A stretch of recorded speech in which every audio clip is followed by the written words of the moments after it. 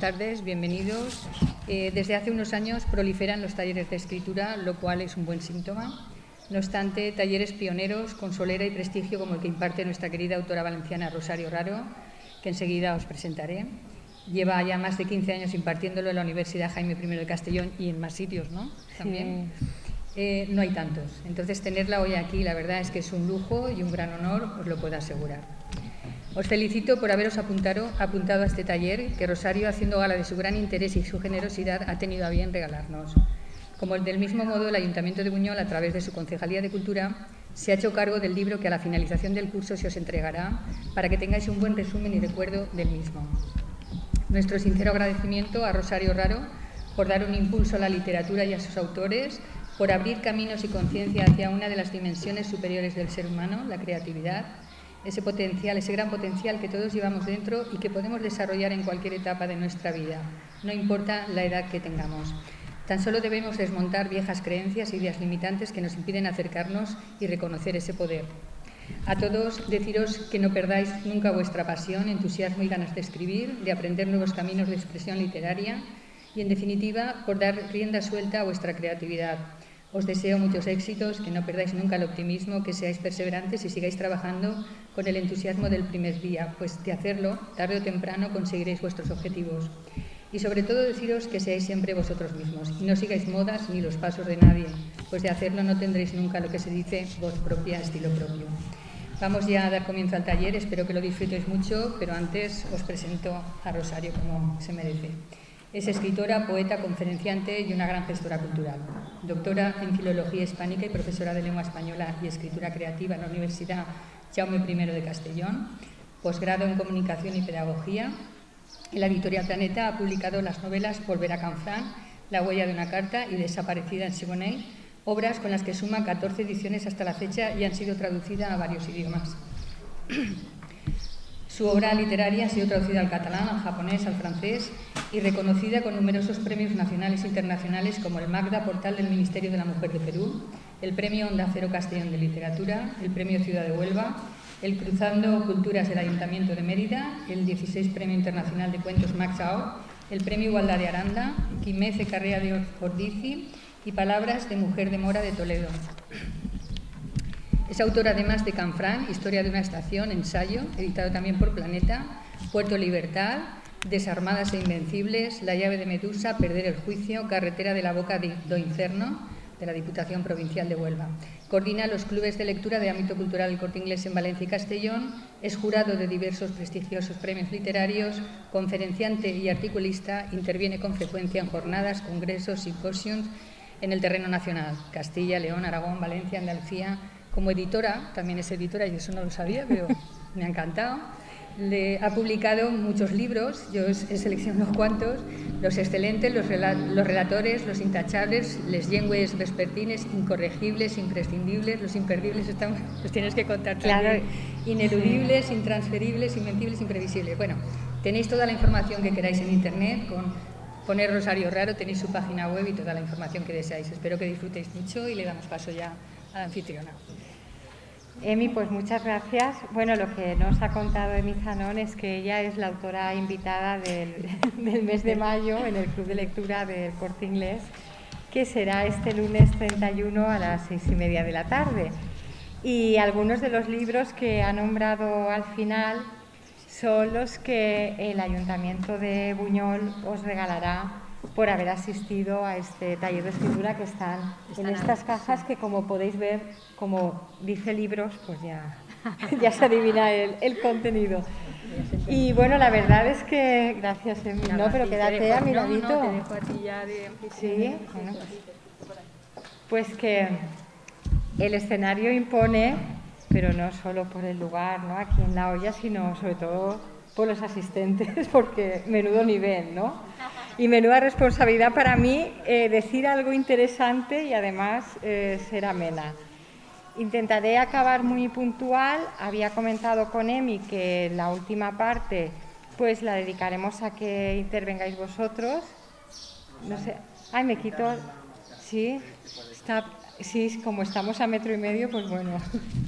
Entonces también están quienes se han inscrito a través del taller de escritura Crearte, que ha organizado el Ayuntamiento de Buñol para personas a partir de 12 años.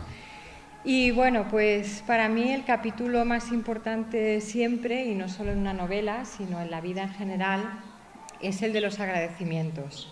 Y bueno, yo estoy muy agradecida, ¿no?, al Ayuntamiento de Buñol, pues, que ha organizado esta jornada, que no me queda ninguna duda de que se repetirá. Y espero que todos nos volvamos a encontrar aquí, porque será señal de que ya habremos sobrevivido a todo lo demás. Y bueno, lo que decía Emi, con el taller de escritura creativa de la Universidad Jaume I, hemos cumplido los 16 años y con Antonio Penades pues siempre tengo la broma de a ver quién aguanta más, ¿no? Porque como el que él dirige en el Museo Oliver de la calle Caballeros de Valencia, pues empezamos en 2005 a la vez, pues ahí estamos, en la resistencia. Y bueno, os tengo que decir que, aparte de los libros que me ha nombrado míos, tengo auténticos autores bestsellers en el taller, y que cuando entro en una librería me emociono todavía más cuando veo el libro de un alumno que si son mis novelas, ¿no? Porque sé todos los sueños que hay detrás, todo el trabajo, y que, bueno, pues al fin y al cabo he dedicado mi vida a eso. O sea, he dedicado mi vida a que a los demás no les cueste publicar 30 años como a mí, porque yo empecé a escribir pues más o menos en serio, pues antes hablaba con ellos que desde que tengo uso de razón, pero pasé 25 años que no me publicó nadie y no por eso me desanimé. Y yo seguía escribiendo porque realmente lo que me gustaba pues era escribir. Y bueno, os he traído un material a propósito de eso para que lo comentemos también. Y claro, toda la constelación que forma mi vida profesional está orientada a eso, es el fin último. Tanto mis clases de lengua española en el grado de traducción de la UJI, porque tengo un método que se llama el erraticida para que los alumnos no tengan falta de ortografía. Es como la prueba del carbono 14, ¿no? Y, pues claro, un traductor, como sabe Roger perfectamente, pues es su carta de presentación, ¿no?, en ese sentido. Bueno, os he traído algunas fotos. Esta es de octubre del 2018, que fue la vez anterior que estuve aquí en Buñol, y esta fue ayer por la tarde. O sea, entenderéis que lo de volver, ¿no?, no solo es el título de una de mis novelas, sino que, bueno, pues fue una tarde regalo, ¿no?, una tarde como las de antes, porque yo creo que ha habido tanta inscripción en esta jornada porque todos teníamos muchas ganas, ¿no?, de vivir por fin pues algo así. Y bueno, para empezar por el principio, porque yo he planteado este taller que va a tener una parte muy técnica, porque yo os voy a dar las claves, ¿no?, de cómo tendríamos que transformar una historia, algo que queremos contar, pero ayer ya me preguntaron si iba a poner deberes. Y entonces, pues no, porque como es sábado, ¿no? Pero sí que quiero, o sea, contaros esas dos facetas, ¿no?, de profesora de escritura creativa, de escritora, cómo llegué de una a la otra y lo mucho que me ha ayudado. Entonces, dicen que el que se considera el primer taller de escritura de Occidente, pues fue en 1816 en esta casa que se llama Villa Diodati, en Suiza, y que ese año se le llamó a ese año también el año sin verano, porque como consecuencia de la explosión de un volcán los cielos eran como los de los cuadros de Turner, es decir, naranja encendido. Y en esta casa se encontraron Percy Shelley, su mujer Mary Shelley, Polidori, que era el médico y secretario de Byron, Lord Byron, pero claro, no podían salir. Y entonces decidieron hacer un taller de escritura, pero claro, ellos no lo llamaron así. Es decir, hasta las tantas estaban hablando de un tema, luego se plantearon el desafío de escribir sobre él, hablaron de un anatomista que hacía sus estudios en un castillo que se llamaba Frankenstein, el castillo, no la criatura ni el personaje, y luego a partir de ahí fue cuando Mary Shelley pues escribió, y nada menos que de ahí salieron estos dos libros que son obras cumbre de la literatura por dos motivos. El de Frankenstein ya lo conocéis todos, pero el del vampiro de John William Polidori fue la primera vez que se fijó literariamente esto que era pues una leyenda, ¿no? Como sabéis, de los Cárpatos y demás, y los dos fueron, y esto lo digo como curiosidad, dos obras de autoría muy discutida. Es decir, el de Mary Shelley todo el mundo pensaba que lo había escrito su marido, y el de John William Polidori lo publicó Lord Byron con su nombre. Dijo, como es mi secretario y le pago, y mi médico, pues el libro que ha escrito también me pertenece, pero bueno, luego ya salió escrito así. Pero he traído la foto de esta fachada, que a muchos os sonará, porque está en Valencia, que es el Palau dels Valeriola, y realmente, como veis, mucho antes, ¿no?, del que he contado, aquí ya hubo un taller de escritura, así hacemos un poco de historia, que tuvo el poético nombre de la Academia de los Nocturnos, que ahora hay un vino y todo que se llama así. Y claro, y yo lo digo porque lo que hacían era exactamente lo mismo, ¿no?, que estamos haciendo 4 siglos y pico después. Tenían un seudónimo que tenía que ser una metáfora de la noche, sigilo, silencio, etcétera, etcétera. Y, por ejemplo, aquí estaban pues Luis Mayans, Guillén de Castro, ¿no?, algunos más conocidos, pues, ay, gracias Juan Luis, por sus calles, pero bueno. Y entonces la idea siempre era la misma. Los mejores textos los publicaban a final de curso en un libro como los que yo os he traído y que veréis después. Estos son algunos de los que hemos hecho. Y luego también autores individuales también han publicado los suyos, porque si lo pensáis en esto, hay una trayectoria que nos es común a muchos, ¿no?, que empezamos publicando en antologías, que después ya publicamos un libro nuestro. Yo he pasado por todas las fases de la edición, desde la autoedición, coedición, a la edición ya propiamente, pero lo que sí que tengo que decir es que nunca me han engañado. Yo sabía en cada momento en qué consistía y de qué se trataba. Bueno, aquí estábamos en la presentación, os sonará Juan Luis Bedins, presentador habitual de tantos actos literarios. Y bueno, pues cuando invitamos a un autor, pues le damos así cabida. Esto fue del aniversario de este año. Y quería comenzar, ¿no?, después de hacer un poco de historia de los talleres de escritura, que como sabéis, sobre todo en la tradición anglosajona, es más común que estén adscritos a una universidad, por eso el nuestro pues es una excepción, ¿no?, en ese caso. No sé si lo habéis pensado alguna vez, cuando habláis de una película o de una novela, la cantidad de términos de la narratología que pertenecen al universo textil. Es decir, no acabo de coger el hilo de esta novela, ya llevo 20 páginas y no sé de qué está hablando, por ejemplo, o me ha gustado la historia, pero al final se deja algún cabo suelto, ¿no? O luego hablamos de trama. Decimos la trama, la subtrama, ¿no?, que se supone que se apoyan, ¿no?, entre ellas. Y luego, si pensáis en la metáfora de Aristóteles que conocéis todos, que no ha sido superada hasta la fecha, del planteamiento, nudo y desenlace, ¿no?, que decía él que eran las partes en que se dividía una historia clásica, pues claro, si nosotros lo pensamos, el nudo también pertenece al universo textil, por eso he puesto el telar, ¿no? Y el desenlace, si yo utilizo un sinónimo y en vez de desenlazar digo desanudar, es lo mismo. Entonces, todo esto no es casual, ¿no?, sino que la palabra texto y la palabra tejido es la misma.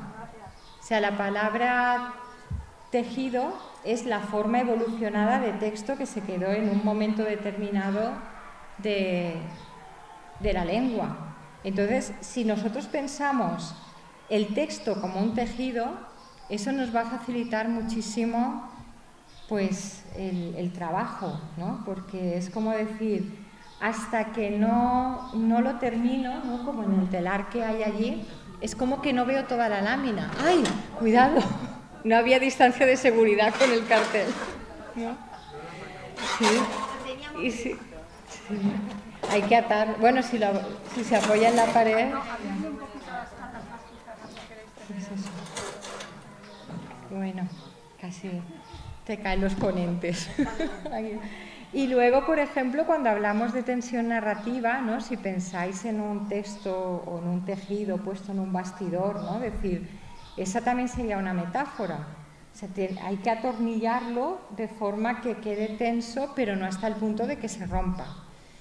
Y luego, si quedan huecos en la trama, sería pues como una tela que tiene agujeros, ¿no? Entonces, yo creo que esta metáfora, para pensar un texto, si hacemos esa traslación, y luego, claro, un relato también podemos entenderlo pues como la cuerda del mago, ¿no? En los trucos de magia nos enseña una cuerda y luego le da con la varita mágica, la mete en la chistera y sale un nudo, ¿no? Y luego vuelve a darle con la varita mágica y por arte de magia el nudo ha desaparecido. Eso es un relato. Es decir, el nudo sería el conflicto, es decir, tiene que pasar algo y al final se desanuda. Y eso en vuestra vida podéis hacer la prueba cuando alguien te dice, por ejemplo, cuando alguien nos dice, he visto no sé quién, y le decimos, ¿y? ¿No? Que iba por la calle, no, y claro, y es como que si no nos cuenta algo que sea el conflicto o el nudo, ¿no? Es como que ahí no hay relato posible, será una escena, será una descripción, pero no hay una historia, ¿no? Porque para que haya una historia, la clave es que no lo pongo si no se desvela. La clave es que tiene que haber un antes y un después. Siempre se pone el ejemplo del relato de Monterroso, ¿no? De cuando despertó el dinosaurio seguía allí, pero Max Aub tiene uno mucho más breve que dice, lo maté porque era de Vinaroz. Yo no sé qué tendría contra los de Vinaroz. Está en un libro que a mí me gusta, Max Aub, de Vinaroz. Sí. Que claro, está en un libro que se titula Crímenes ejemplares y son así de ese estilo, pero si lo pensáis es como la estructura de una novela negra en miniatura. Primero, es una confesión. Alguien está confesando que ha matado a alguien, ¿no? Esto parece de Gila. Alguien ha matado a alguien. Después hay un motivo, entre comillas, no sabemos si móvil también, pero que era de Vinaroz, que se ve que le molestaba mucho. Y luego tenemos una víctima, un asesino, o sea, hay personaje, acción, lo que no tenemos en ese sentido es el escenario, nos falta el lugar porque no sabemos dónde lo mató, pero bueno, todos esos elementos del relato, si no son necesarios. Y luego, hay dos cuestiones en las que es donde se mide un escritor, ¿no? O sea, por una parte, saber qué es lo que se tiene que contar y lo que no, en la famosa metáfora de Hemingway, que seguro que habéis leído un montón de veces, ¿no? Lo del el iceberg o iceberg, ¿no? Es decir, yo tengo toda una masa que es lo que quiero transmitir, pero qué parte le muestro al lector. O sea, no me puedo quedar corta porque si no, no se entera de nada, pero tampoco puedo escribir de más porque entonces se aburriría. Claro, si yo me paso 5 líneas describiendo cómo el personaje abre un paraguas, ¿no? Diría, bueno, es que no... Y claro, yo os voy a traer el que se considera que es el caso máximo de elipsis que le escribió Víctor Hugo a su editor en 1862, O sea, pensar con todo lo que supone Los Miserables, ¿no? Las adaptaciones que se han hecho, ha sido musical, ha sido teatro, pero claro, Víctor Hugo cuando se la mandó a su editor, como era humano, le pasaba lo que nos pasa a todos, que no, claro, que si no te dice nada, pues piensas lo que estará pensando y demás. Y entonces le mandó la que se considera la carta más breve de la historia, Víctor Hugo a su editor, que fue un signo de interrogación, así. Y el editor, siguiéndole la broma, le respondió con un signo de exclamación. Es decir, nada de estimado editor, perdón por mi intromisión en verano, yo sé la carga de trabajo que usted tiene. No, o sea, directamente al grano. Entonces, claro, eso es lo que tenemos que intentar, ¿no? Cuando no tan breves, pero bueno, y aquí tenéis los datos de quién era el editor, del año que ya os lo había dicho. Y después la cuestión de la extensión, ¿no? Cuando el texto que hacemos en el taller, que yo planteo como ejercicio, se envía a un concurso, de repente hay un aluvión, ¿no? Que llegan, pues no sé, concursamos en uno de Radio Nacional y el locutor, programa 5.0, es que así nos animan también, ¿no? Decía, todos los que me llegan son de Castellón, ¿no? Y es que eran del curso de escritura. Pero ¿eso por qué sucede? Porque nosotros ya actuamos como jurado de preselección. Es decir, si alguien escribe algo y todos le decimos, pues el título como que no le pega mucho. O ese personaje no se puede llamar así porque es inglés y del siglo XVII y le has puesto un nombre que parece de Córdoba, ¿no? O algo así. Bueno, y aquí tenéis algunos ejemplos de relatos muy breves. Esta es la imagen que os decía antes. O sea, la decisión del escritor sería dónde colocar el mar, qué muestro, ¿no? ¿Qué es la parte que sobresale? Y luego, bueno, pues como máximas, ¿no? Decir, porque claro, esto se supone que lo hacemos como divertimento, lo hacemos porque nos lo pasamos bien, porque queremos escribir, ya hemos leído bastante de encargo porque no teníamos más remedio. Entonces, claro, lo de no aburrir, despertar el interés e intentar sorprender, yo creo que es lo que los lectores de alguna forma agradecen. Luego también me había anotado aquí una lista, que esto sería, porque claro, la teoría es muy fácil, porque yo aquí os cuento, ¿no? lo que habría que hacer, pero como luego me desdoblo en escritora, es como decir que tu mano derecha no sepa lo que hace tu mano izquierda, ¿no? Yo a mis alumnos les digo, haced lo que yo os digo, pero no hagáis lo que yo hago, ¿no? Como la famosa frase. Bueno, pues además de esto, pues que se comprenda, ¿no? Porque si pretendemos que llegue un mensaje que entretenga, que conmueva, y luego todos los que estamos aquí, ¿no? Lo digo porque ya habéis leído bastante, como os decía, también agradecer las historias en las que os cuentan algo nuevo, que no ves la primera escena y ya sabes cómo va a terminar, ¿no? Decir, bueno, ¿y yo esto por qué no lo sabía? ¿Por qué me habían ocultado esta información, ¿no? Porque esto ha pasado en mi país y nadie me ha dicho que había sido así.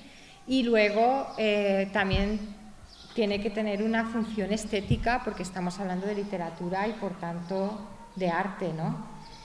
Después, esto sobre todo parte de mi experiencia como jurado. Algunos de los que estáis aquí también habéis sido jurado de varios premios, a veces incluso hemos sido compañeros, y hay determinadas cosas que es como que delatan, ¿no?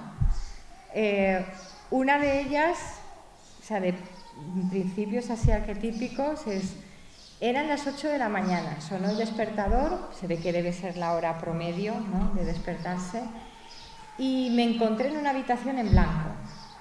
Claro, ¿eso qué significa? Y hay muchísimos relatos que empiezan así. Pues significa que el que ha empezado a escribir realmente no sabe lo que va a contar. Dice, bueno, yo pongo la habitación en blanco, luego ya iré a Ikea, ya iré poniendo el atrecho, ¿no? Y claro, ese es un principio muy delator. O, por ejemplo, que el personaje vaya a la cocina, se prepare el desayuno y desayune un café con leche con magdalenas. Y dices, a ver, cuéntame si desayuna un tequila y se traga el lagarto. porque eso sí que va a ser algo que me va a hablar de ese personaje, porque siempre dicen que nosotros tenemos que mostrar pero no contar. Claro, no vale que yo empiece escribiendo y diga: don Gervasio Casanarbore, gobernador civil de la provincia de Huesca, que se os sonará, era muy malo. Claro, yo no puedo decir eso, yo tengo que mostrar porque esa persona tenía un comportamiento deleznable y que sea el lector que diga: qué mal me cae, ¿no? Claro, porque es como que tenemos que decir 2 más 2, pero el que diga 4 tiene que ser el lector, no nosotros. Y luego, bueno, la cuestión de ir al grano, ¿no? De evitar los preámbulos. No sé, eso nos ha pasado a todos, que hemos leído relatos que igual empezaban en la página 5 o así, ¿no? Es decir, bueno, y luego también otra de nuestras herramientas de trabajo inevitablemente es la memoria, porque claro, tenemos que acordarnos de lo que hemos contado, de lo que no hemos dicho, de por qué un personaje sabe tal cosa, de que si yo he dicho que tiene un primo que es de Valladolid, 3 capítulos después no puedo decir que es de Soria. Claro, y podéis decir: ¿y qué más da? Digo, no, es que es como que si hay un compromiso, por muy ficción que sea, bueno, lo que pasa que yo en mi caso siempre baso mis historias en general, no solo las novelas, en hechos reales. Y eso me facilita mucho todo, porque ya tengo el escenario, la época, los personajes no son famosos, como decís esta mañana, sino que es la intrahistoria con pelos y señales, ¿no? De lo que se vivía de puertas afuera. Y luego, bueno, pues he puesto estas cuestiones, ¿no? De que como lectores pues no nos gusta que nos sermoneen, ¿no? Y que haya una... No sé, los que escribimos no somos San Pedro, no estamos en la puerta del cielo para decidir quién entra porque es bueno y quién no porque es malo. O sea, los personajes, si intentamos que sean humanos, y esto lo habréis escuchado miles de veces, pero bueno, lo repito porque es así, tienen que tener defectos y virtudes, como nosotros, ¿no? Claro, un personaje pluscuamperfecto sería un héroe de Marvel, ¿no? Con superpoderes y no... Y luego esto, que claro, cuando estamos contando algo, antes de ayer leí un relato sobre un molinillo de café y una pareja, ¿no? Que vivía en esa casa.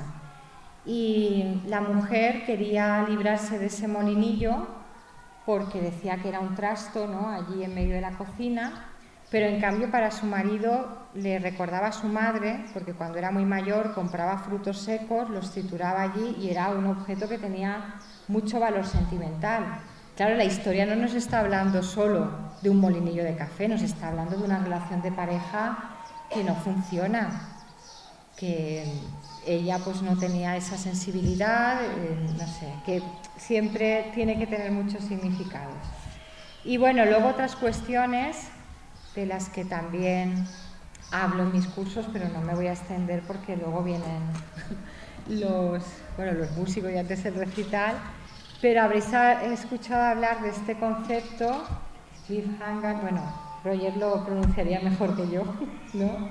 Que literalmente quiere decir precipicio, por eso he puesto esta foto, y gancho. O sea, es decir, este es el recurso, porque claro, los que escribimos lo que pretendemos es algo muy sencillo, y es que el lector pase página, es decir, que no pueda dejar de leer la historia. Yo cuando escribí Volver a Canfranc tardé 4 años, delante de una librera de Jaca, un lector me dijo que había tardado 4 noches en leerla, y claro, y yo en ese momento pensé 4 años de trabajo para que dure 4 días. Y ella me dijo, pero esto es como un postre, o sea, te puedes pasar toda la mañana en la cocina y luego horneándolo, y si dura 30 segundos en el plato es porque, pues eso, ¿no? Apetece. Entonces, este sería un recurso para lo que comúnmente llamamos que el lector se enganche, ¿no? Es decir, que quiera saber cómo avanza la historia. Y claro, pues esto en las series ahora es el recurso súper explotado, ¿no? Siempre acaba el capítulo en el momento clave y estamos ahí diciendo omitir introducción, siguiente capítulo, ¿no? Como si nos faltara incluso el aire. Luego otro de los recursos que a quienes escribimos nos puede resultar muy útil es el del efecto Zeigarnik. Se llama así porque la psicóloga que lo enunció pues era este su apellido, y dice que, bueno, que tenemos una pulsión, ¿no?, que nos lleva a acabar lo que comenzamos, menos mal, ¿no? Porque si no... Y entonces son esos casos, ¿no?, de historias que en la primera página nos plantean un enigma o una adivinanza, desaparecida en Siboneyes, y solo por saber lo que le ha ocurrido te la acabas, ¿no? Es decir, y muchas veces sucede, es decir, no es que quiero saber lo que pasó, y eso se produce por este efecto. Bueno, esto lo he traído también porque sería como el esquema que subyace a la gran mayoría de historias. Esto sí que lo conocíais, ¿no? Lo enunció Joseph Campbell, que fue un antropólogo. Él estudió las historias de muchísimas culturas y se dio cuenta que siempre estamos contando la misma historia.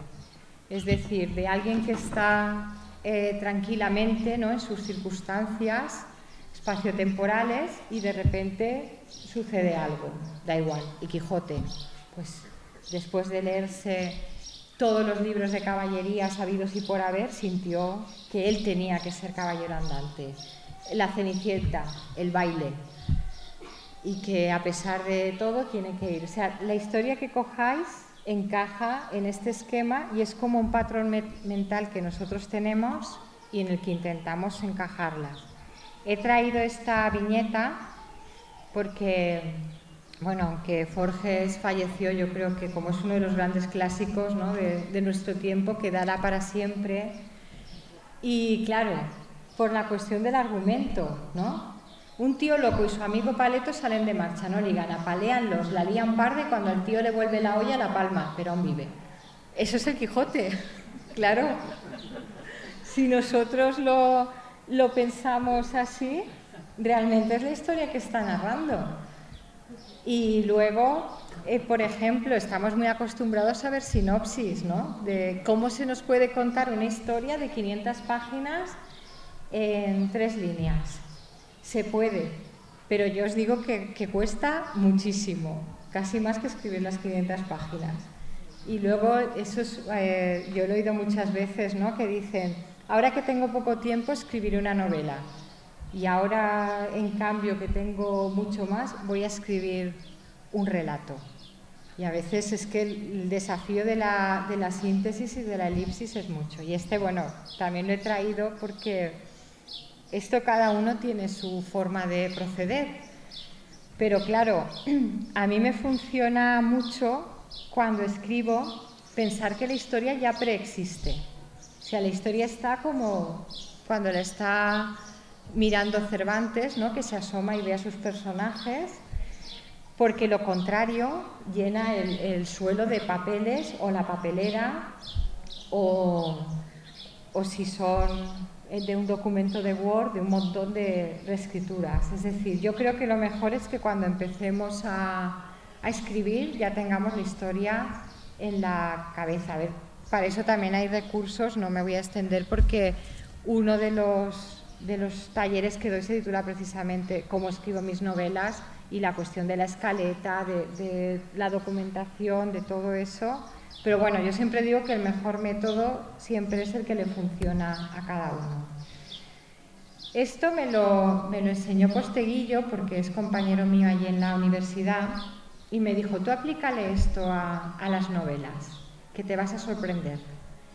Y el test de Bechdel, o de Bechdel, partió de 2 autoras de una viñeta que esta fórmula se la aplicaban a las historias, ¿no? Daba igual que fueran películas, series o novelas.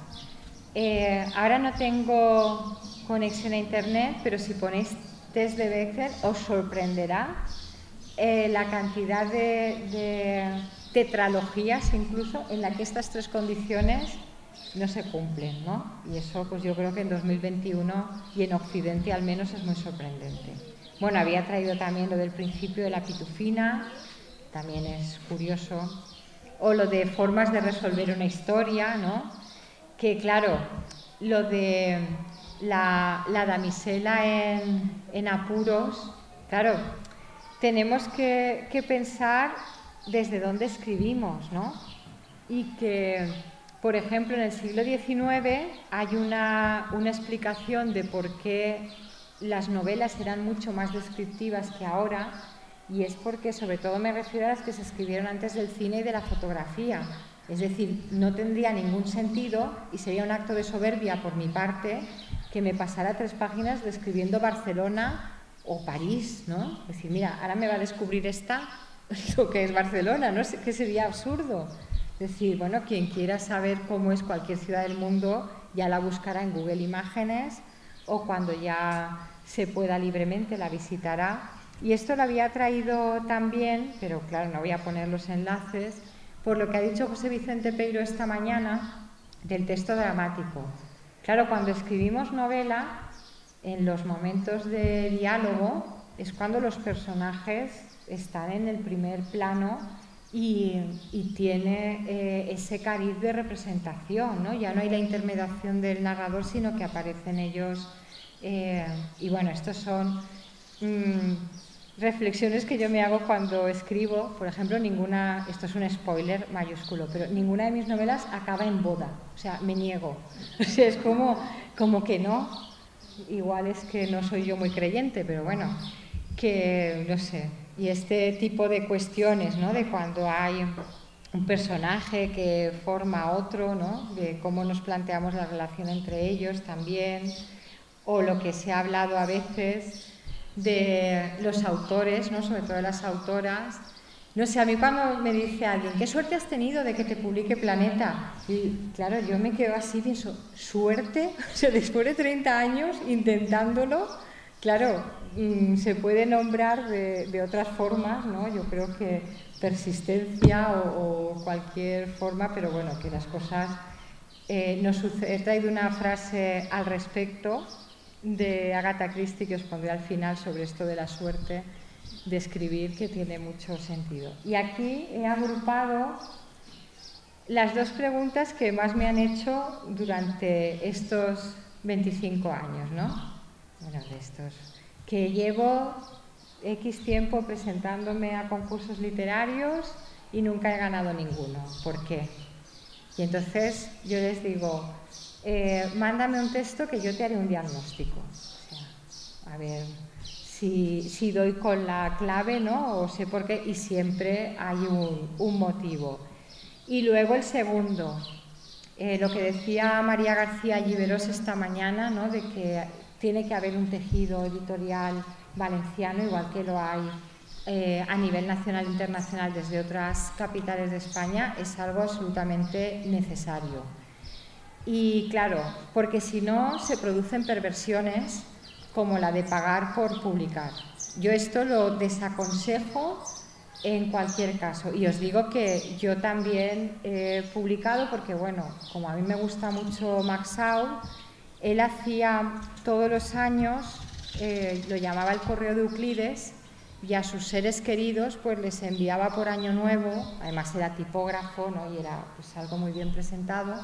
Y entonces con un grupo de amigos, pues más o menos a principios de los años 2000, hace 20 años, publicábamos un libro de poesía, muy cuidada, ¿no? La edición y todo eso, y bueno, y nos lo pagábamos nosotros porque era un regalo para nuestros seres queridos, pero nosotros sabíamos que era un regalo. No había una tercera persona que se beneficiaba pues por nuestros sueños y nuestros delirios. Y esto lo he traído también por lo que os decía de conectar las 2 facetas.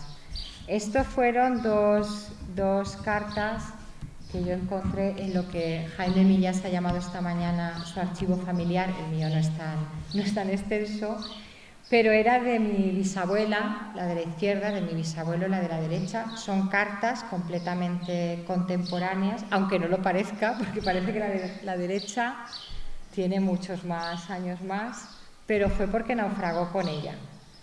Porque bueno, llegó a Nueva Orleans, se enfadó con su hermano porque no estaba en el puerto de Nueva Orleans esperándolo. Y claro, era porque no entendía que es como si alguien llega al puerto de Valencia y espera que vaya a recibirlo alguien desde Moscú, ¿no? Porque claro, vivía en Ohio, en Toledo, ¿no? Y entonces se volvió a Barcelona y naufragó, y entonces estoy rescatando materiales familiares para armar una historia, porque me interesa que tenga partes autobiográficas, pero yo digo siempre que la literatura sirve para disfrazarnos y desnudarnos a la vez, ¿no? Porque claro, si yo cuento una historia de Rosario, que tiene 50 años, que es de Segorbe, todo el mundo me va a identificar. Pero si cambio de época, de lugar, incluso de género, ¿no? Pues, no sé, por ejemplo, en Volver a Canfranc, yo con el personaje que más me identifico es con Durán Darte. Y es, claro, y no tiene nada que ver aparentemente conmigo, pero sí que... Bueno, esta foto la he traído porque hablando, ¿no?, de por qué escribimos y todo eso, pues en mi caso fue por mi abuela, y además, mientras yo escribía, ella siempre se sentaba al lado de mí, y a veces es como que todavía no sé, como que noto su presencia. Y bueno, pues al final de su vida solo leía La Plaza del Diamant, de Mercè Rodoreda. Se ve que había decidido que ahí estaban todos los libros, ¿no? Y no sé, yo creo que esto también es algo sobre lo que podríamos debatir por extenso, y es qué apoyo contamos en nuestro entorno para dedicarnos a esta locura que es la escritura, ¿no? Sí, pero bueno, porque igual es como que tengo la necesidad de registrarlo absolutamente todo, como si fuera un log, ¿no? Pues si no tengo la sensación de que se escapan. Y bueno, yo a mis alumnos siempre les recomiendo que se presenten a premios literarios, siempre. Porque, claro, cuando yo les digo que algo me gusta, a veces me siento una privilegiada por ser la primera persona que lee un texto. Pero les digo, es que si os lo digo yo, pensáis que es por, no sé, por quedar bien o porque, pues, no sé, para animaros o cualquier cosa. Y yo les digo, mira, mandadlos a la otra punta de España, donde no os conozca nadie, por eso yo hice lo de Huelva, y a ver qué dicen. Claro. Entonces, que yo durante toda mi vida había sido muy consciente de que la literatura siempre me había salvado. Pero bueno, durante esta época que hemos pasado todos, pues he sido más consciente que nunca, ¿no? Porque me he dado cuenta de que escribir me borraba las paredes de mi casa. No me extenderé más porque esto sí que lo dije ayer. Y bueno, aquí había traído los libros. Y esto es que me hizo ilusión encontrarlo el otro día. Esta soy yo cuando escribí este relato. Y entonces, pues, no sé, lo fotografié, ¿no? Porque esto de guardarnos todas las cosas, guardaros todo lo que escribáis. A mí me ha salvado muchas veces. A ver, yo tengo una costumbre, y es que cuando termino de escribir no me levanto de la silla, aunque muchas veces acabo de escribir porque el ordenador se me ha quedado sin batería, hasta que no me lo envío a mí misma por correo electrónico. Y hacedlo. O sea, porque a mí muchas veces me ha salvado que he perdido un texto, pensar, ay, que se lo mandé a no sé quién para que lo leyera. Y entonces lo he rescatado de ahí. Bueno, y esto de cuando escribíamos a máquina, que esto sí que tenía mérito. Porque yo pienso que nunca ha sido tan fácil escribir como en el siglo XXI. Porque, bueno, tenemos todos los medios a nuestro alcance. Pero antes, que cada vez que te equivocabas, tenías que repetir la página, acababas aprendiéndotelo de memoria, y etcétera, etcétera. Y bueno, y luego he traído unas cuantas imágenes sobre, porque esa también es una pregunta que me hacen con mucha frecuencia, ¿de dónde surgen las historias?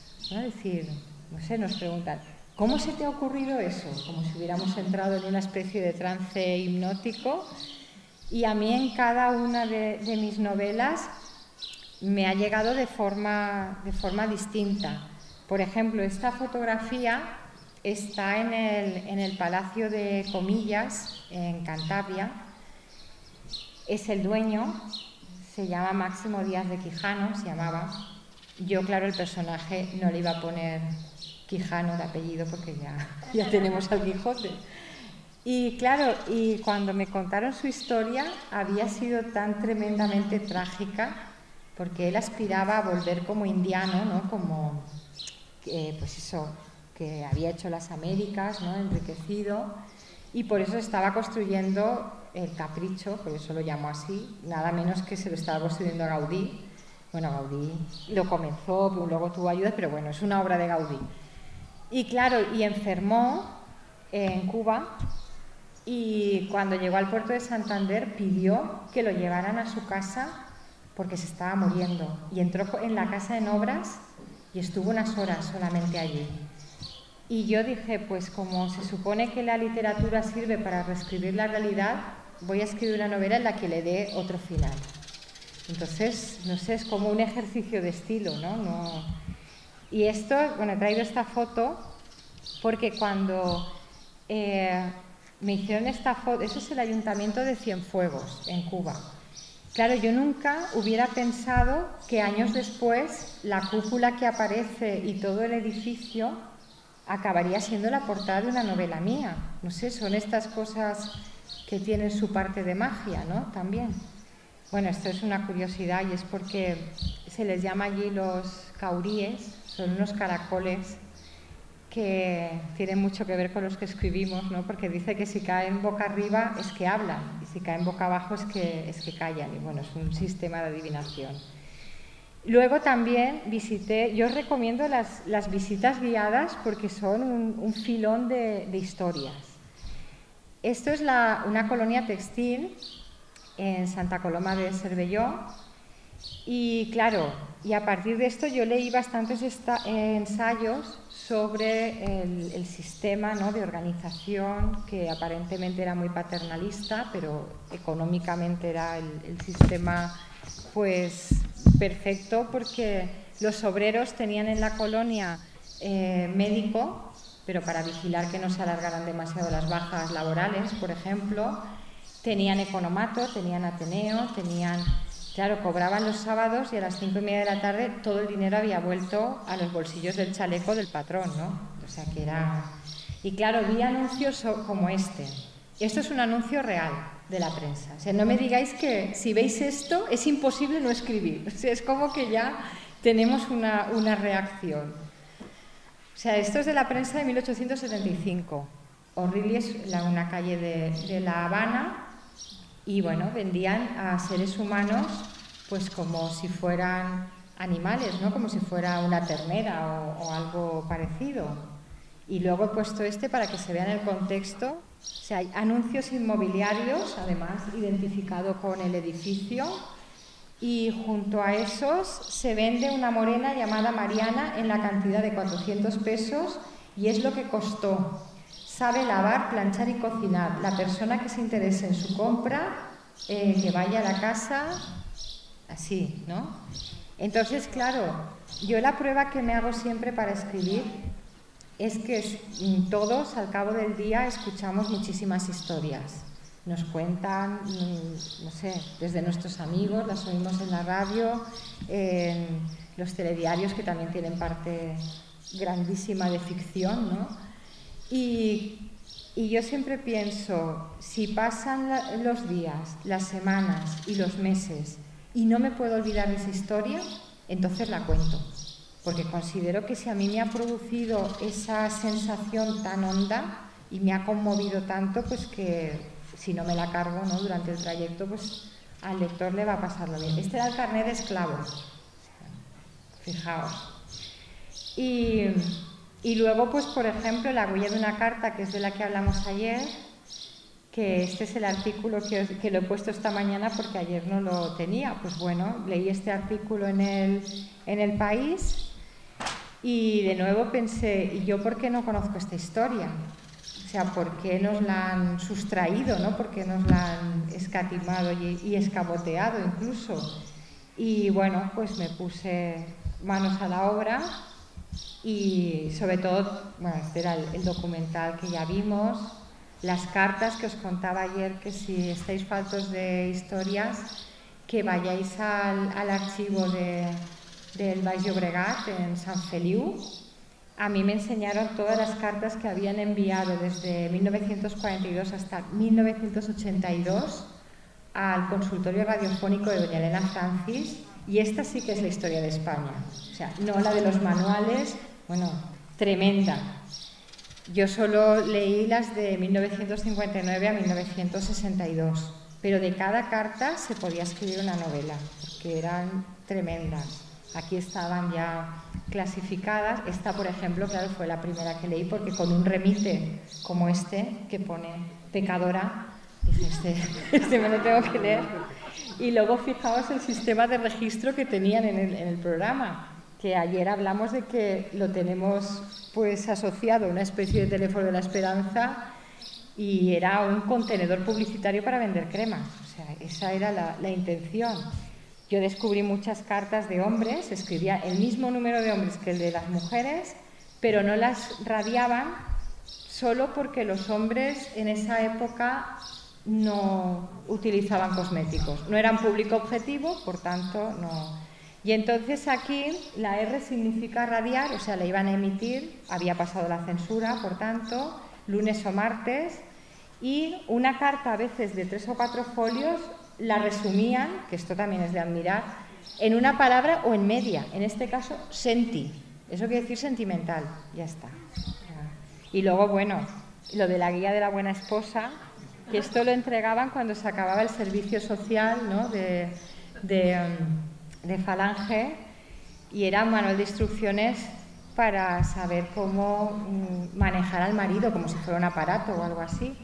Y bueno, y esto es que me encargaron un artículo para El País, no le puse título y me pusieron la foto así con este título que parezco una santa, ¿no? O sea, que nunca enviéis nada sin título, porque si no os lo pondrán y puede ser tremendo. Bueno, esto lo paso porque es de la novela. Y bueno, de Canfrán ya os había dicho, bueno, la de Canfrán surgió de la primera vez que yo vi una fotografía de la estación de Canfrán. Porque claro, yo vi este edificio, pensé que estaría en París, en Viena, y de repente vi que era Huesca, pero no, ni siquiera la capital, era el Alto Aragón, estaba a 8 kilómetros de la frontera con Francia, y fue el único municipio español donde estuvieron los alemanes, donde estuvo el ejército nazi durante la Segunda Guerra Mundial. Por aquí habían cruzado desde Alma Mahler a Max Chagall, Max Herz, un hermano de Thomas Mann, y claro, y se habían salvado porque cruzaron por Aragón. Y claro, a mí fue una historia que me impresionó también, ¿no?, de saber que esas personas habían vuelto a Canfrán con 85 y 90 años, que esas personas eran los niños que habían atravesado esta estación durante la Segunda Guerra Mundial. Y bueno, pues también, bueno, esto lo quito, que esto tampoco es que...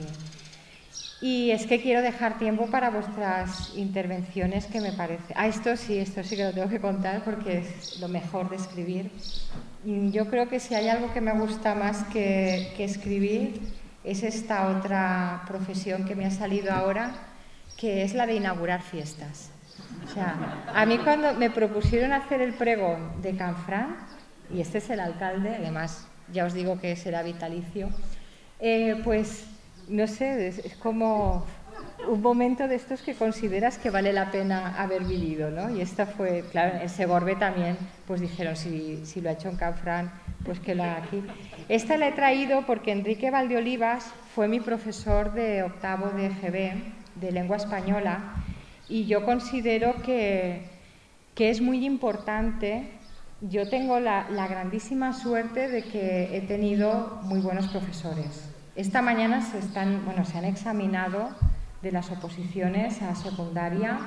Yo cuando voy a un instituto les digo a los alumnos de primero, de que están así como personal flotante, ¿no?, de su mente, y les digo, es que vuestros profesores han pasado una prueba durísima para estar aquí, para la que no todo el mundo está preparado.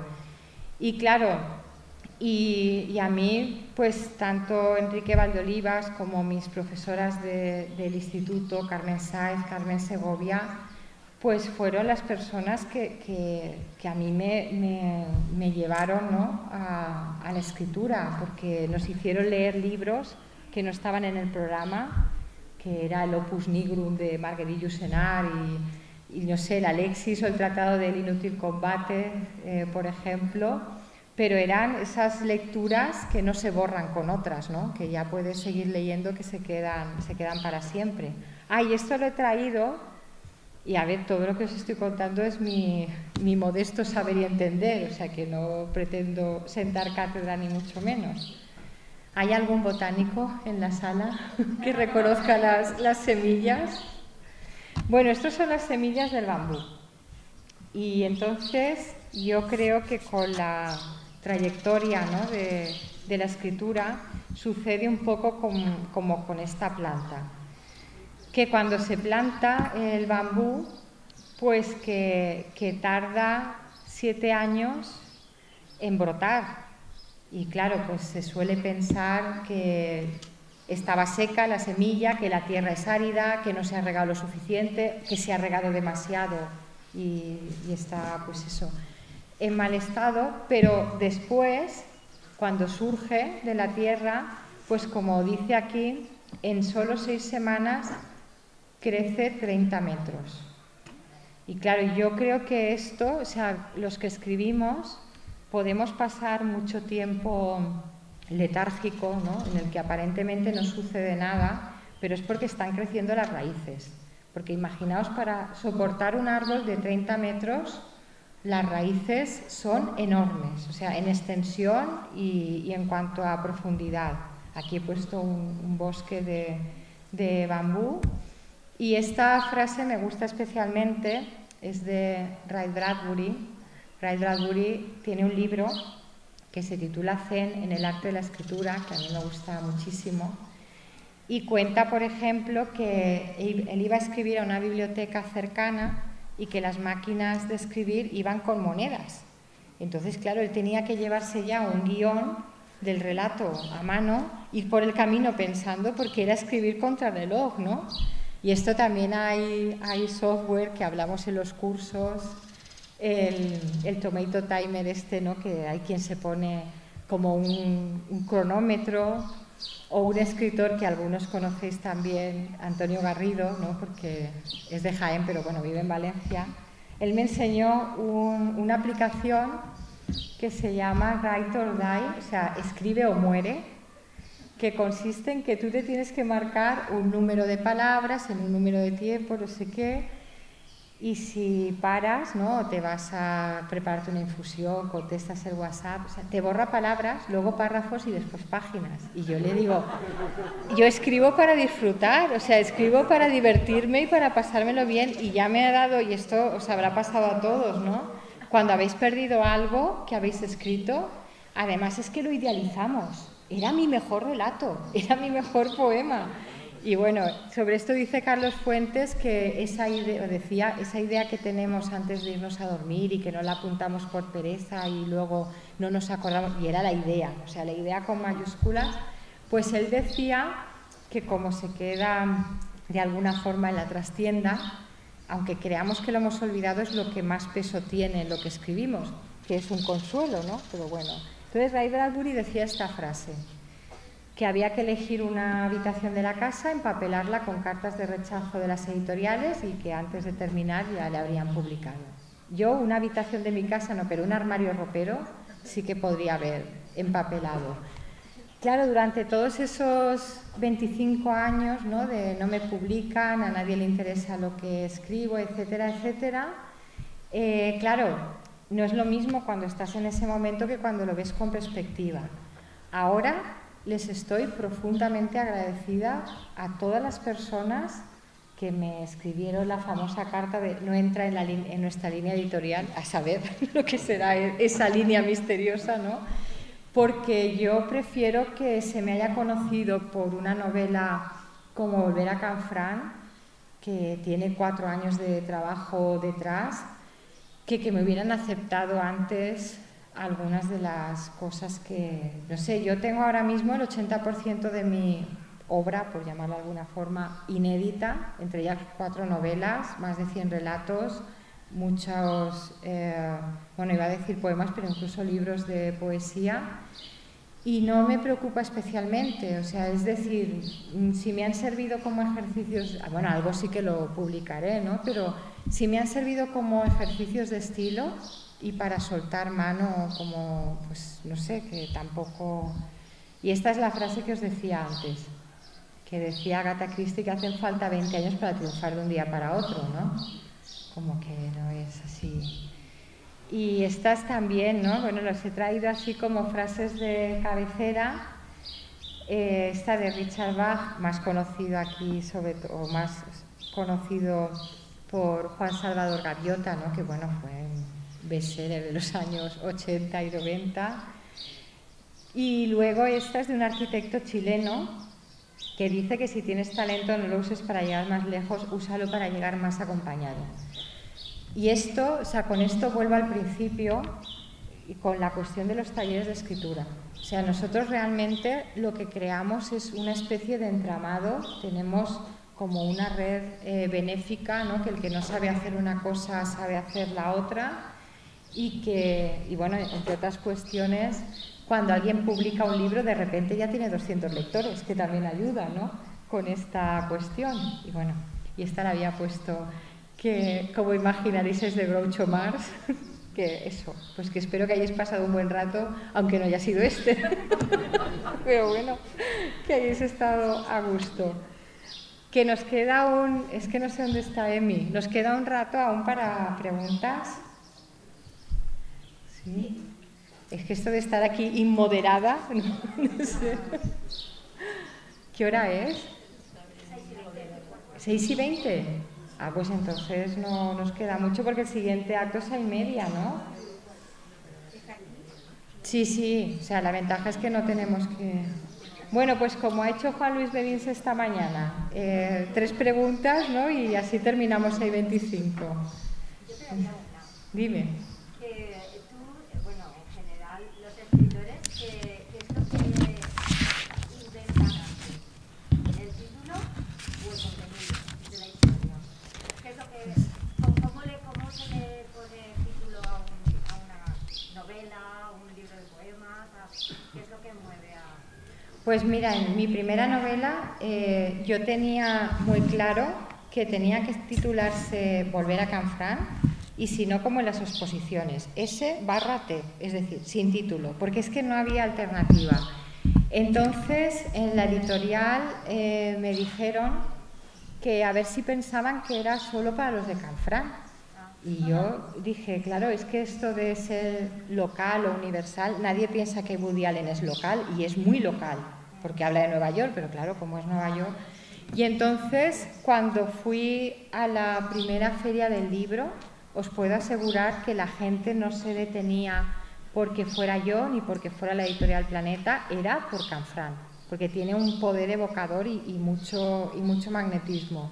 Entonces, en ese caso, yo escribí la novela para contar 2 escenas, y una era que al jefe de la aduana internacional durante la Segunda Guerra Mundial en Canfrán, cuando la liberación de París, Charles de Gaulle, pues consciente del enorme papel que había hecho allí, porque bueno, gracias a él se consiguió pasar el primer radiotransmisor por el que se comunicó el alto mando aliado con la resistencia, bueno, etcétera, etcétera. Y entonces le dijo de Gaulle, Albert Lelé, que es el nombre real del personaje, que le pidiera lo que quisiera, que si quería formar parte de la Asamblea Nacional, que sabéis que es el equivalente a nuestro Congreso de los Diputados, si quería un ministerio, si quería una embajada, solo le tenía que decir el país. Y él estaba allí cohibido, ¿no?, en el despacho de Gaulle, y había otro correligionario suyo, Frances, que le dio un codazo, ¿no?, como diciendo, responde que estás quedando aquí un poco mal educado. Y le dijo de Gaulle, usted, buen hombre, ¿se puede saber qué es lo que quiere en esta vida? Y él dijo, volver a Canfrán. Y él no era bretón, o sea que no era... Y yo dije, es que solamente por el comportamiento ejemplar, ¿no?, de esta persona, pues vale la pena contar su historia, ¿no? Entonces, yo tenía el título en ese caso. En el caso de La huella de una carta, me costó tanto el título como la novela, porque claro, cuando no tienes el título vas por ahí, y me leía muchísimos, que bueno, eso me vino muy bien, muchísimos libros de poesía para ver si algún verso, ¿no?, me cuadraba, pidiéndole permiso al autor, porque Javier Marías, por ejemplo, los títulos de sus novelas provienen de versos de Shakespeare, ¿no? Corazón tan blanco, Mañana en la batalla piensa en mí, ¿cuál más? Negra espalda del tiempo, todos son de las obras de Shakespeare. Y Desaparecida en Siboney también lo tenía desde el principio, porque yo pensé, es que quiero contar la historia de lo que le sucedió a Dulce Sargal, ¿no? Entonces, pero sí que es verdad, a ver, yo tengo un documento de Word con 4 páginas de títulos, algunos como La huella de una carta no se me ocurría, y a veces me ha pasado con algunas personas que han terminado un libro y no tenían título. He dicho, yo te mando ese archivo de Word que seguro que alguno te encaja. Y el jueves vino Susana Gisbert a la clausura del taller de escritura de la UCI, y claro, y su libro Mar de Lija, le dije, elige, que tengo 4 páginas, y salió de ahí también, ¿no? No sé. Que algunos sí que entiendo lo que dices, porque son como tan seductores que decimos, solo para utilizar este título, pues hay que escribir algo, ¿no?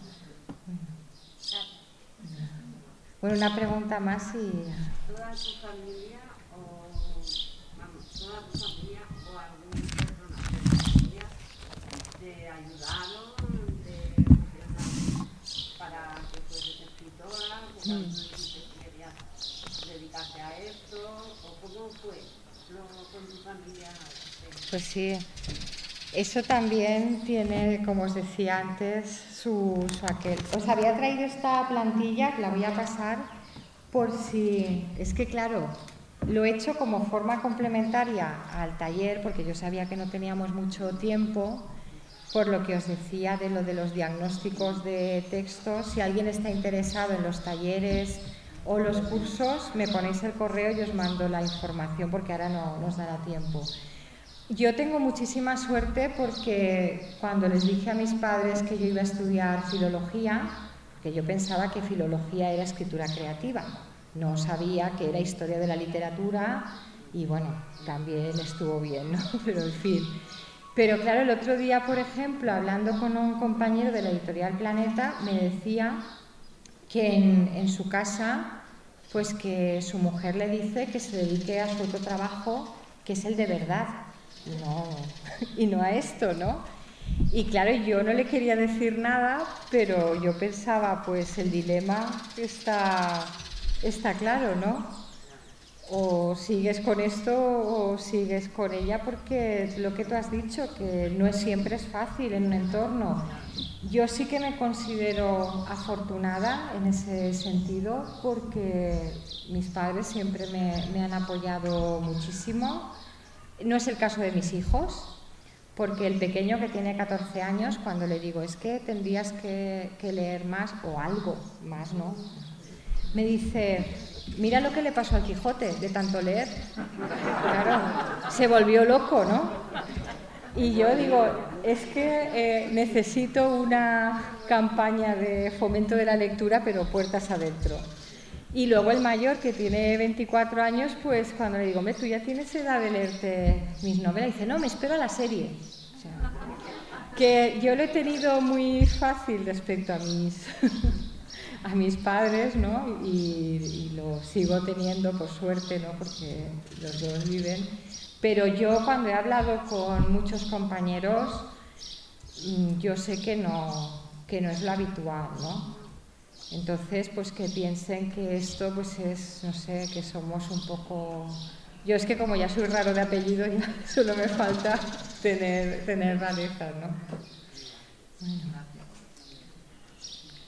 Bueno, que yo me quedaría aquí hasta las 7, pero no quiero restarle tiempo a quienes llegan ahora. Noemi. Sí. Bueno. pues si tenéis alguna pregunta más. Sí. Yo tengo una. ¿Has escrito siempre pensando en publicar o primero escribías por placer? Pues 25 años escribí por placer porque no me publicaba nadie. O sea, no, escribía porque me lo pasaba muy bien. O sea, porque, claro, a ver, lo que hablamos siempre, ¿no? De cuál es la estructura de un relato. Pues un lugar, un tiempo, un personaje, una acción, un punto de vista y un tono. Y yo me daba cuenta de que era un entretenimiento que me permitía estar con quien yo quisiera, que sucediera lo que a mí más me convenía, y en esos momentos no se me ocurría, entre otras cosas porque era muy joven. Estuve en una revista, me encargaba de recopilar leyendas, pero que esa conciencia de decir, claro, como yo escribo sobre temas sociales, ahora sí que tengo la necesidad de compartir esa historia con muchas personas, ¿no? Porque es como decir, es que quiero que se enteren de esto, o sea, y que piensen, pues, que, no sé, es como decir, ¿sobre qué no hay que escribir, no?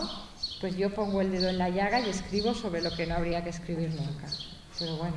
Es que pienso yo que no condiciona a la persona el tener que escribir pensando en publicar. O sea, cuando uno escribe por lo escribir, porque le gusta, porque quiere expresarse, pues, pienso yo que es más fácil, más que no te condiciona ni por el tema, ni por si lo haces bien, ni por si lo haces mal, ni pensando en el, ¿me entiendes? A ver, yo os puedo contar que en mi experiencia y las de otros compañeros míos, o sea, en la editorial nunca nos han sugerido lo más mínimo de escribe de esto que está de moda, porque, claro, no sería una estrategia inteligente, porque después se pasa la moda y te quedas tú ahí.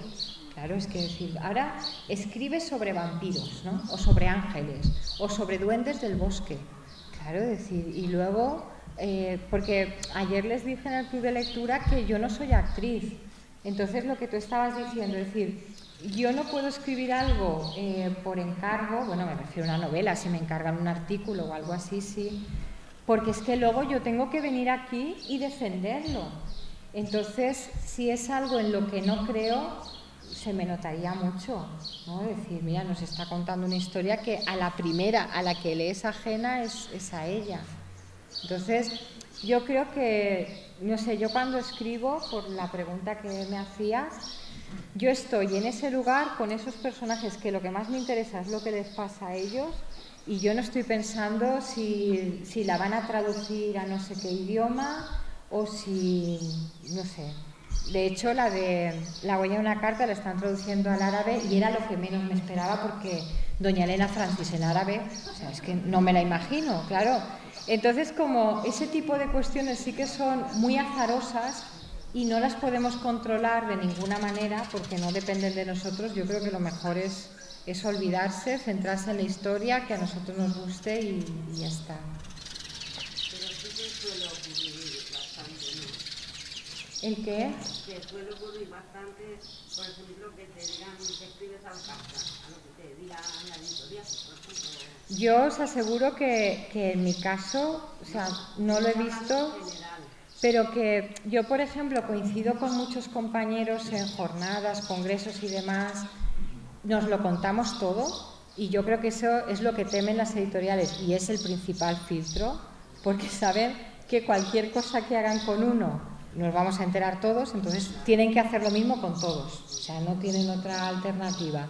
Y claro, y yo, por ejemplo, tengo un compañero que es Gonzalo Giner, que él es veterinario y él, pues claro, escribe El sanador de caballos, La bruma verde, que es sobre los grandes simios y demás. Y claro, como que cada uno tenemos nuestro, no sé, nuestro sector, ¿no? Pero claro, yo no me veo, por ejemplo, escribiendo de otros temas, ¿no? No sé. En fin. Bueno, que ahora ya parece que están los próximos, que muchísimas gracias, que ha sido muy, muy agradable y bueno, que espero que repitamos pronto. Ya continuamos. Bienvenidos a una conexión especial en estas primeras jornadas literarias Castillo de Buñol. Hemos tenido una jornada ya pues muy ataviada con un montón de actos, eventos, mesa redonda, conferencia, taller de escritura, y ahora vamos a ir con el encuentro de escritores y poetas de la localidad. Antes de ello tenemos aquí a uno de los organizadores de esta jornada, ya hemos hablado en numerosas ocasiones con él en Radio Buñol Televisión y ahora lo hacemos aquí en riguroso directo. Hola, buenas tardes, Juan Luis Payas, concejal de Cultura del Ayuntamiento de Buñol. Buenas tardes. Buenas tardes, Pili, ¿cómo estás? Muy bien, bueno, pues cuéntame, ha sido una jornada, la verdad es que, aparte de que el tiempo os ha acompañado, muchísima participación, he visto, tanto en el Palacio de la Música como aquí, y todavía nos queda tarde. Cuéntanos un balance de lo que ha sido la mañana y ahora lo que queda de tarde. La verdad que ha sido una mañana muy intensa, empezamos a las 10 de la mañana en el castillo, haciendo las acreditaciones y las presentaciones. Como tú bien decías, muchísima gente allí y ha sido un placer ver cómo gente como los ponentes que tenemos aquí detrás, pues primeros espadas en la literatura valenciana, pues estaban entusiasmados con estas primeras jornadas, igual que también la ciudadanía de Buñol, que ha venido a ver cómo funcionaban. Después, como tú bien decías, ponencias, mesas redondas ahí en el Palacio de la Música. Y muy bien, hasta el tiempo nos ha respondido, y este microclima que tiene el Paseo de San Luis, una comida maravillosa aquí en la Acacia, y ahora esta siguiente parte que es ese encuentro con escritores locales, que es esto, realmente es para lo que lo hacemos, ¿no? Hemos traído gente muy importante dentro de la literatura valenciana para que se integren y estén junto con nuestros escritores, ¿no? Con nuestra gente de aquí de Buñol, que la verdad que somos muchos los que les gusta escribir y los que nos gusta leer, y al fin y al cabo estas jornadas son para eso, ¿no? Para poner en valor que aquí en Buñol también tenemos gente que escribe bien y que nos gusta la cultura. En este sentido pues nos gusta también las letras, ¿no? Qué bien, estupendo. Y nos queda música y poesía, un acto muy bonito también, y luego pues la clausura, en donde se va a entregar el premio del primer concurso del Día del Libro, ¿no?, de Buñol. Cuéntanos un poquito qué es lo que se espera de todo ello. Efectivamente, al final, pues eso, como bien decía, ahora va a ser una especie de segunda parte donde los escritores y poetas buñoleros pues van a poder subir y leer sus escritos o sus primicias o aquellos textos que realmente les gusten, ¿no? Y después, pues, 4 de los ponentes van a salir a leernos poesía, ¿no? Y claro, estamos en Buñol, tenemos que vertebrar un poquito la poesía con la música también. Entonces, pues para diferenciar un poeta de otro, en el intermedio va a haber una pieza musical a cargo de Meldúo. Aquí tenemos ya el piano preparado y la flauta, y amenizaremos un poquito esta hora que después comienza para que después eso, efectivamente, acabar con esos premios literarios que preparamos para la Semana del Libro, y que hoy daremos el premio, por así decirlo, ¿no?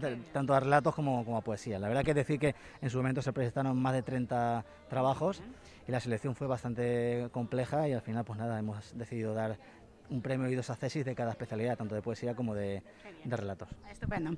Muy bien, Juan Luis, pues continuamos, si te parece, hablando luego cuando termine la jornada también. Llamamos ahora a Emi Zanón. Gracias. Emi.